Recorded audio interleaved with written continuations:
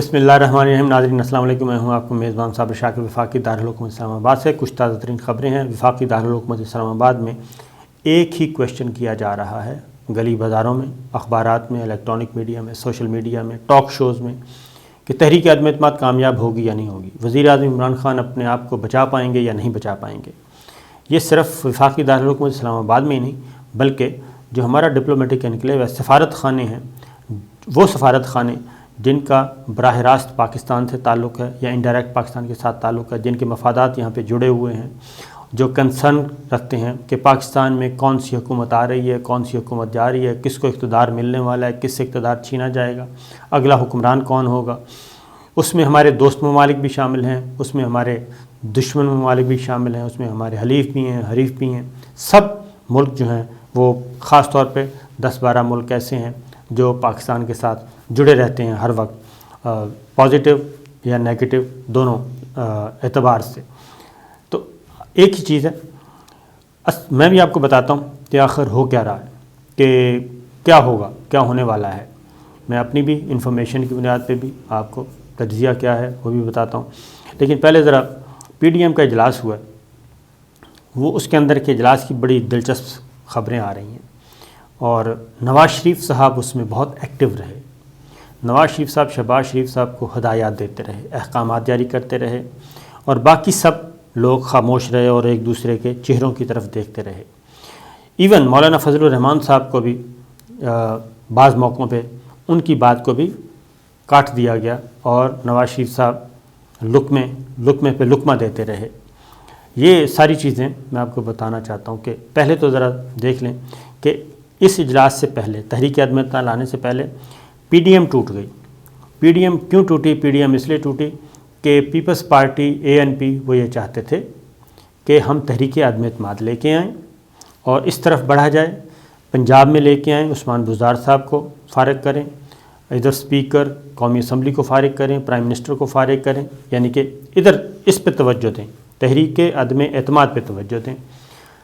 لیکن مسلم لیگ نواز اور خاص طور پہ شریف فیملی یہ بات بالکل ماننے کے لیے تیار نہیں تھے، اور وہ کہتے تھے کہ نہیں، صرف اسمبلیوں سے استعفے دیں اور اس پورے سسٹم کو لپیٹ دیا جائے. لانگ مارچ لے کے آئیں، دھرنا دیں، لا اینڈ آرڈر کا مسئلہ کھڑا کریں، امن و امان خراب کریں، ایسا کام کریں کہ کسی بھی صورت میں یہ سسٹم نہ بچ پائے. اس نقطے پہ پی ڈی ایم ٹوٹ گئی، پیپلز پارٹی دور ہو گئی، ANP چھوڑ گئی، اور باقی رہ گئے مولانا فضل الرحمان صاحب اور نواز شریف صاحب اور شہباز شریف صاحب. پھر شریف خاندان کے اپنے اندر معاملات خراب ہونا شروع ہو گئے. شہباز شریف صاحب بھی چاہتے تھے کہ تحریک عدم اعتماد لے کے آئیں، باقی مسلم لیگ نواز کے دیگر رہنما بھی چاہتے تھے کہ تحریک عدم اعتماد لے کے آئیں. نواز شریف صاحب نہیں مان رہے تھے، مریم صفدر صاحبہ نہیں مان رہی تھیں. اس کی ریزن بتا چکے ہیں کہ ظاہر ہے ان کی اپنا نمبر نہیں لگنا. لیکن اب کیا ہوا؟ اب یہ ہوا کہ سب سے زیادہ بڑے جو وکیل ہیں اس وقت وہ ہیں نواز شریف صاحب. شہباز شریف صاحب نہیں، نواز شریف صاحب ہیں. وہ چاہتے ہیں کہ بس دن بھی نہ گزرے اور تحریک عدم اعتماد ہو جائے اور اس پہ کام کیا جائے. اس کی وجہ کیا ہے؟ کیونکہ جو اجلاس ہوا، پہلے اجلاس کی کہانی سن لیں. اجلاس میں نواز شریف صاحب وہ ایجنڈا لے کے بیٹھے تھے، مختلف آپشنز پہ بات ہو رہی تھی پی ڈی ایم کے اجلاس میں، لیکن نواز شریف صاحب نے کسی کو ادھر ادھر نہیں ہونے دیا. وہ شہباز شریف صاحب سے مخاطب رہے اور ڈکٹیشن دیتے رہے، ڈکٹیٹ کرتے رہے، اور وہ یہ کہتے رہے کہ تحریک عدم اعتماد، اور اس سے پہلے وہ خود بولتے تھے اور شہباز صاحب کو کہتے تھے کہ آپ اس چیز کی بھی اپروول لے لیں، ابھی اجلاس میں، آج کے اجلاس میں اپروول لے لیں پی ڈی ایم سے، اس کی بھی لے لیں، فلاں کی بھی لے لیں. وہ کیا تھی کہ نمبر 1 تحریک عدم اعتماد ہر صورت میں لائیں گے جی، اور اس کے بعد اتحادی جماعتوں سے رابطے کیے جائیں گے، پھر کوئی اور بھی رابطے کرنے پڑے تو وہ بھی شہباز شریف صاحب کریں گے. شہباز شریف صاحب جہانگیر ترین سے بھی رابطہ کریں گے، MQM سے بھی، کاف لیگ سے بھی، یعنی کہ کچھ بھی ہو سکے، جس کے در پہ جانا پڑے، شہباز شریف صاحب آپ اپروول لے لیں آج کے اجلاس میں. تو وہاں پہ اپروول دینے سے پہلے جو باقی جماعتوں کے لوگ تھے وہ پوچھتے تھے کہ یہ کیا ماجرا ہے، ہمیں بھی تو اعتماد میں لیں کہ آپ کس بنیاد پہ تحریک عدم اعتماد کی بات کر رہے ہیں.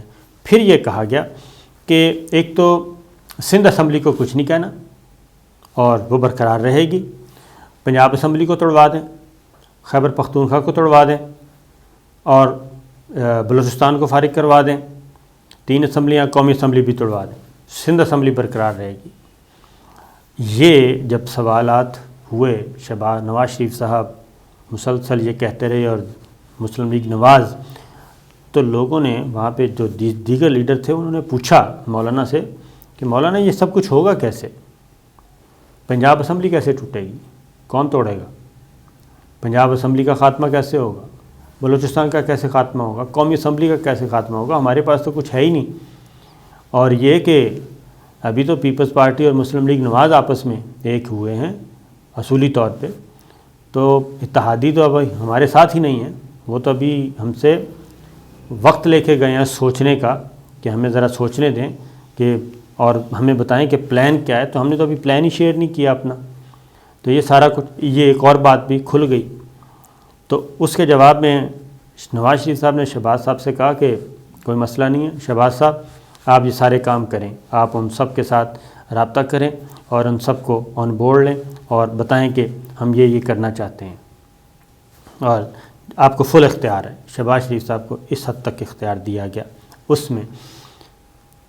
پھر اگلی بات یہ کہ ایک پھر پوچھا کہ یہ چلیں پنجاب اسمبلی میں تو پھر نمبر گیم ہے، قومی اسمبلی میں بھی نمبرز گیم آگے پیچھے ہو سکتے ہیں، تو خیبر پختونخوا کی اسمبلی آپ کیسے توڑیں گے؟ وہاں پہ تو 2/3 میجورٹی ہے پاکستان تحریک انصاف کی۔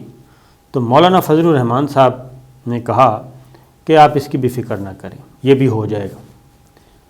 تو ہم نے بھی مختلف لوگوں سے پوچھا، تو ہم نے کہا یہ سب کچھ کیا ہو رہا تھا؟ انہوں نے کہا جی 2-3 باتیں ہیں، یا تو بہت سی یہ بلف کروایا جا رہا ہے ساروں کو، ایک بلف کروا کے اور ایک کوئی حاصل کرنے کی کوشش کی جا رہی ہے، بارگین اچھا ہو جائے۔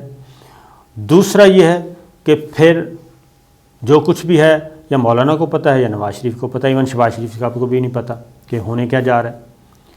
تو ان دونوں کے ان بٹوین ہے، کیونکہ مولانا فضل الرحمان صاحب کہتے تھے فکر نہ کریں، یہ بھی ہو جائے گا، یہ بھی ہو جائے گا، یہ بھی ہو جائے گا، جو کہ گراؤنڈ پہ پاسبل نہیں ہے۔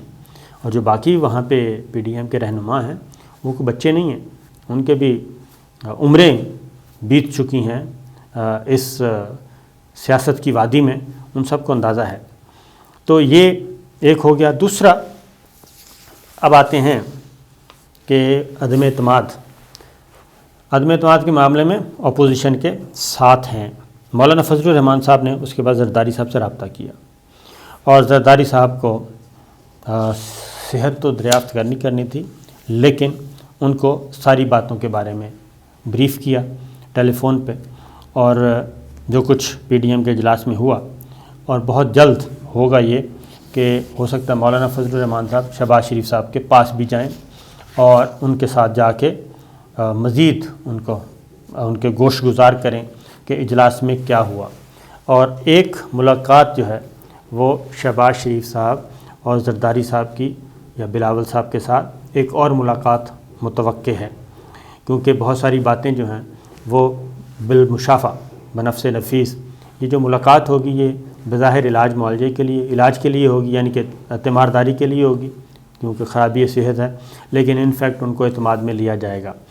دوسری جانب اب ان سب کا جو تکیہ ہے، انحصار جو ہے وہ سارے کا سارا ہے، دوبارہ کہوں گا کہ صرف اور صرف اتحادی جماعتوں پہ، یعنی کہ قاف لیگ پہ، بلوچستان عوامی پارٹی پہ، متحدہ قومی موومنٹ پہ، اور پھر آخر میں جہانگیر ترین گروپ اور پرویز خٹک صاحب جو ناراض لوگ ہیں یا تھوڑے سے گلے شکوے میں۔ جہانگیر ترین صاحب تو مکمل طور پہ ناراض ہیں، ان کی کم از کم یہ بات ذہن میں رکھیے کہ جے کے ٹی اور جے کے ٹی خاص طور پہ وہ تو اس لیول تک پہنچا دیا ہے وزیر اعظم عمران خان کے نادان دوستوں نے کہ وہاں سے واپسی ممکن نہیں ہے۔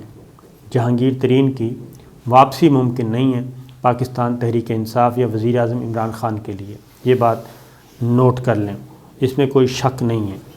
اس کی ریزن بہت سنجیدہ ہے، کیونکہ کچھ چیزیں جہانگیر ترین صاحب کو، علی ترین صاحب کو معلوم ہو چکی ہیں۔ اسی طریقے سے کچھ اور باتیں بھی جو پی ٹی آئی کے لوگ ہیں، فار ایگزامپل علیم خان ہیں، ان کو بھی معلوم ہو چکا ہے، کچھ چیزیں ان کے علم میں، لیکن اس موقع پہ وہ چھلانگ نہیں لگا سکتے، بالکل کود نہیں سکتے، خالی سوئمنگ پول میں پانی ہو، پتہ ہو ان کو کہ چھلانگ لگائیں گے تو ان کو اچھی سوئمنگ ملے گی، بجائے اس کے کہ پول خالی ہو اور اپنے ٹانگیں تڑوا لیں۔ اس طرح کا کام وہ کرنے والے نہیں ہیں، وہ ابھی تک مکمل طور پہ خاموش ہیں، اور ان کے وہ بالکل سائلنٹ موڈ میں گئے ہوئے ہیں، کوئی اظہار خیال کرتے رہتے ہیں، آہستہ آہستہ تھوڑی بہت کرتے رہتے ہیں، بتاتے رہتے ہیں کہ ہم موجود ہیں اور اب ہماری ضرورت پڑے گی۔ تو یہ چیز ابھی اس سائڈ پہ ان بٹوین چل رہی ہے، آگے میچورٹی کی طرف ابھی تک بلیک اینڈ وائٹ میں کچھ بھی نہیں ہے، اور کاف لیگ، ایم کیو ایم اور پھر جے کے ٹی، یہ ساری چیزیں مل کے ہی کوئی اچھا سا بنا سکتے ہیں، وزن بڑھے گا، ادروائز نہیں۔ آگے آتے ہیں بھی اسٹیبلشمنٹ کی طرف کہ اسٹیبلشمنٹ کیا کرے گی۔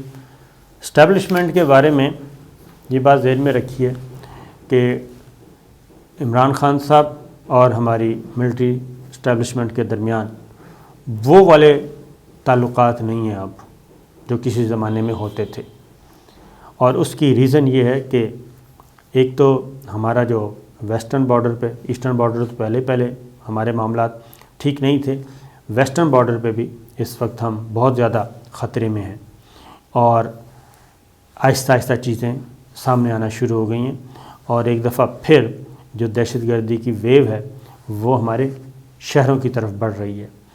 تو ایک تو پہلی بات تو یہ ہے کہ ان کی پریورٹی وہ ہے، وہی رہے گی۔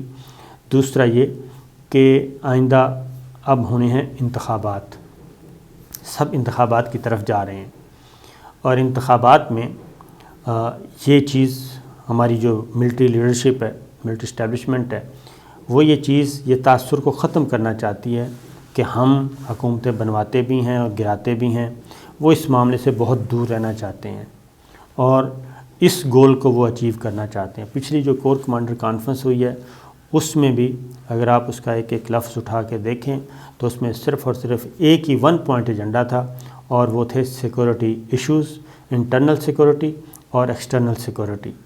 ہمارے ایکسٹرنل خطرات کیا ہیں ہمیں، اور ایکسٹرنلی ہمیں کیا کیا کرنا ہے، اور انٹرنلی کیا کیا کرنا ہے۔ یہ چیزیں، اندرونی اور بیرونی خطرات، ان پہ بیس کر رہی تھی پوری کی پوری کور کمانڈر کانفرنس۔ تو اس سے آپ اندازہ کر سکتے ہیں کہ ان کا موڈ کیا ہے۔ پولیٹیکل پلیئرز ہیں، یہ اب اگین ڈپینڈ کرے گا وزیر اعظم عمران خان صاحب پہ کہ وہ اپنے ناراض دوستوں کو کیسے مناتے ہیں۔